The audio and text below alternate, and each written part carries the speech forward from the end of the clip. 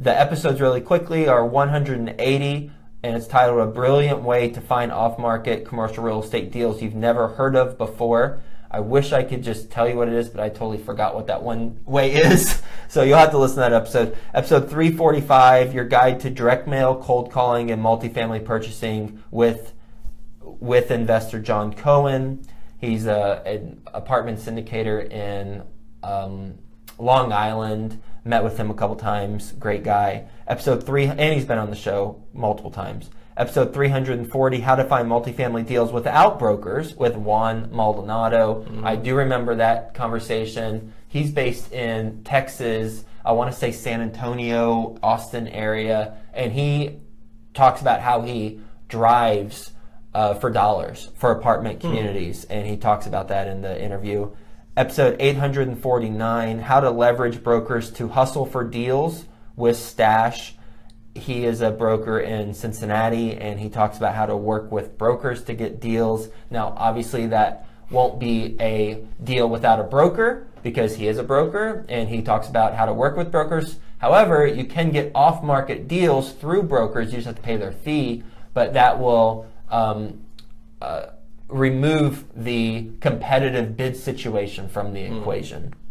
So you can still get a better deal. We've purchased deals that way. Episode 868, How to Snag Deals from Brokers and What Questions to Ask with Andrew Cushman. And episode 934, How to Find Deals in a Hot Market with Joe Fairless.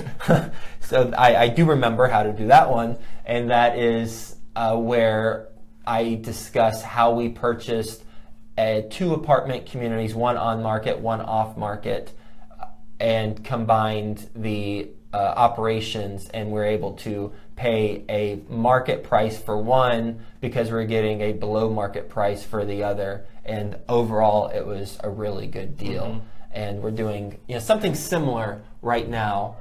We own the property across the street that we're closing on next month, and the property across the street was off market. The property we're buying now is on market. We're going to combine not the properties, so from the public standpoint it will still be different properties, and from a bank account and everything they're separate. However, we're able to, from an operations standpoint, have efficiencies because of that. And I'll give you one additional tip.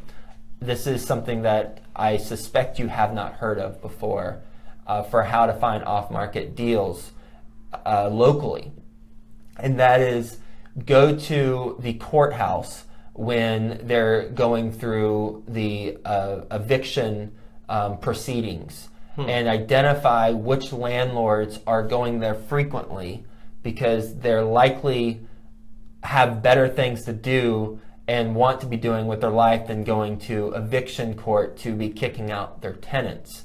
And perhaps they will be motivated sellers.